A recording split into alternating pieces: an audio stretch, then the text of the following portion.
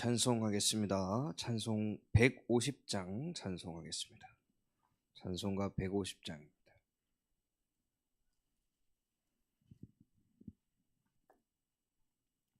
찬송가 150장 찬송하겠습니다. 갈보리 산 위에 십자가 섰으니 주가 고난을 당한 표라. 험한 십자가를 내가 사랑함은 주가 보혈을 흘림이라. 최후 승리를 얻기까지 주의 십자가 사랑하리. 빛난 멸류관 받기까지 험한 십자가 붙들겠네. 멸시 전대 받은 주의 십자가에 나의 마음이 끌리도다. 귀한 어린 양이 세상 죄를 지고 험한 십자가 지셨도다.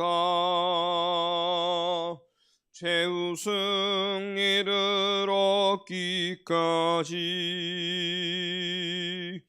그의 십자가 사랑하리.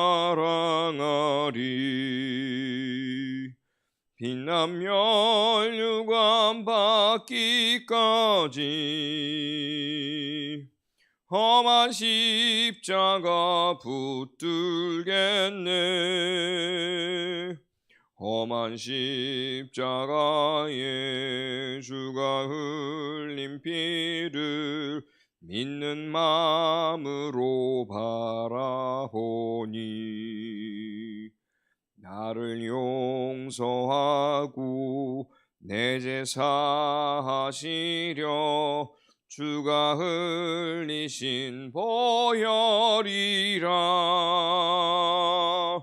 최후 승리를 얻기까지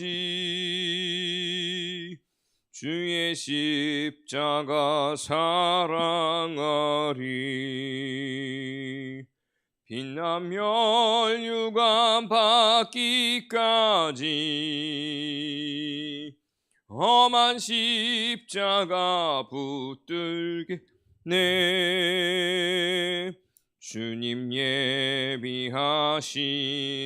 나의 본향집에 나를 부르실 그날에는 영광 중에 계신 우리 주와 함께 내가 죽도록 충성하리.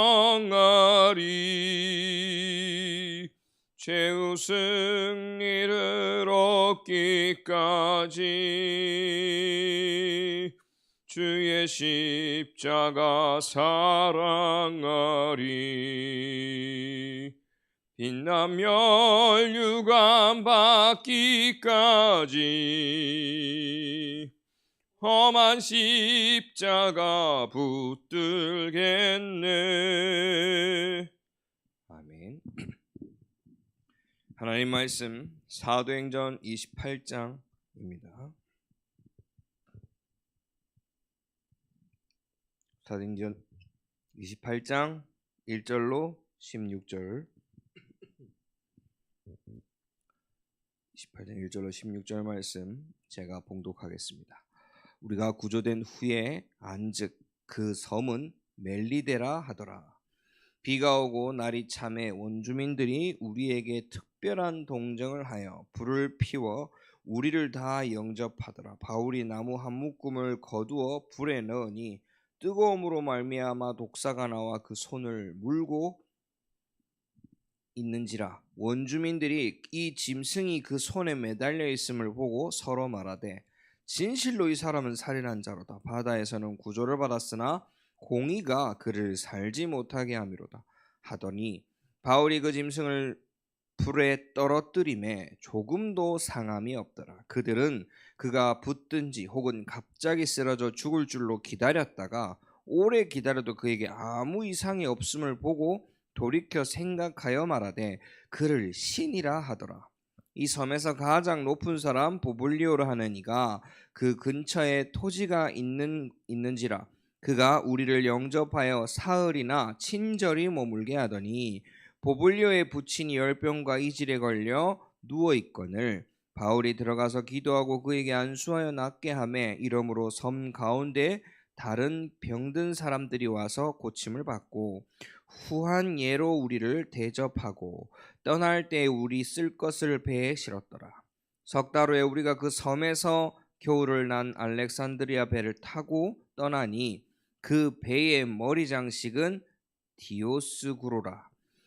수라구사에 대고 사흘을 있다가 거기서 둘러가서 레기온에 이르러 하루를 지낸 후 남풍이 일어나므로 이튿날 보디올에 이르러 거기서 형제들을 만나 그들의 청함을 받아 이레를 함께 머무니라. 그래서 우리는 이와 같이 로마로 가니라.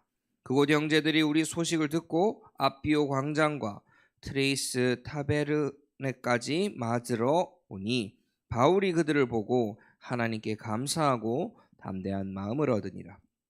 우리가 로마에 들어가니 바울에게는 자기를 지키는 한 군인과 함께 따로 있게 허락하더라.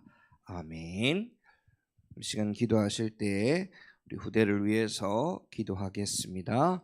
사랑과 은혜 하나님 감사를 드립니다. 우리 귀한 자녀들이 어느 현장을 가든지 간에 하나님의 구원하심을 기억하게 하시며 참된 인도함 속에 있음을 기억하게 하셔서 하나님께서 허락하심 감사가 회복되어질 수 있도록 주님께서 역사하여 주옵소서. 미래에 대한 걱정과 불안이 많은 시간표 가운데서 미래에 대한 하나님의 확실한 보장하심을 믿음으로 우리가 담대히 나아갈 수 있도록 은혜를 더하여 주시옵시고 정말 참된 감사가 넘쳐나는 한 주간이 되어질 수 있도록 우리가 있는 그 자리 가운데서도 하나님의 역사하심을 믿음으로 온전한 함께하는 증인으로 설 수 있도록 주님께서 은혜를 더하여 주옵소서.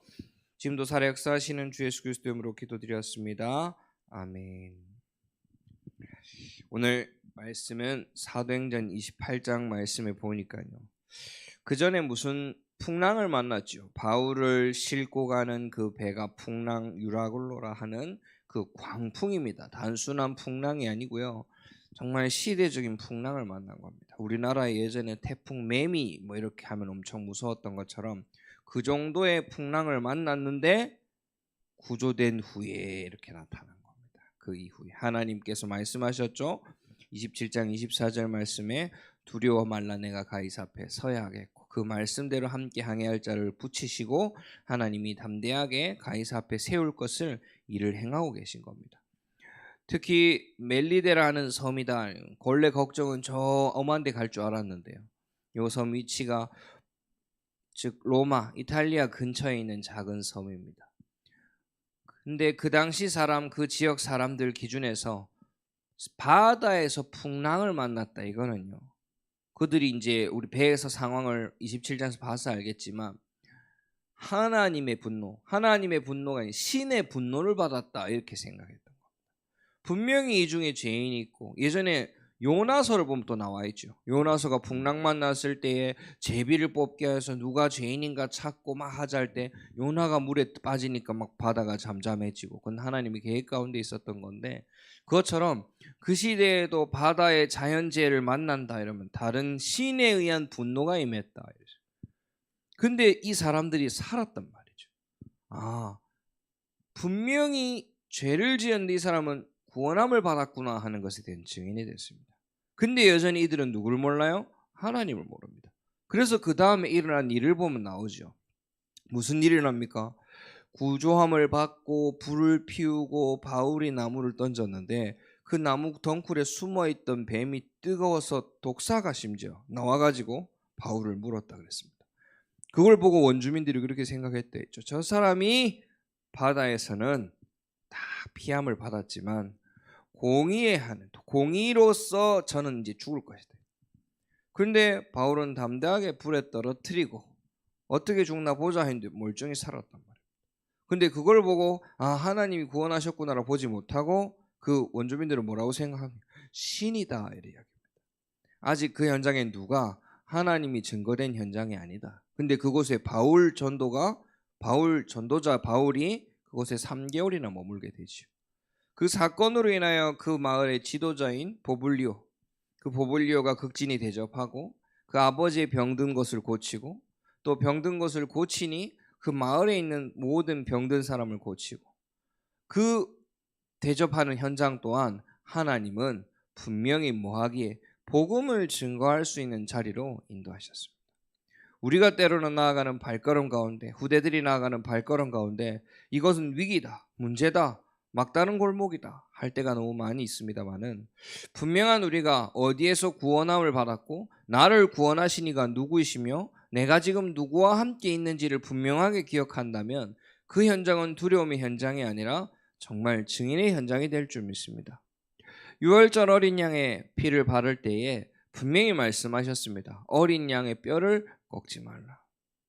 근데 요한복음 말씀에 보면 예수님이 십자가에 달릴 때에 뭐 어떻게 되었다? 뼈가 꺾이지 않았다.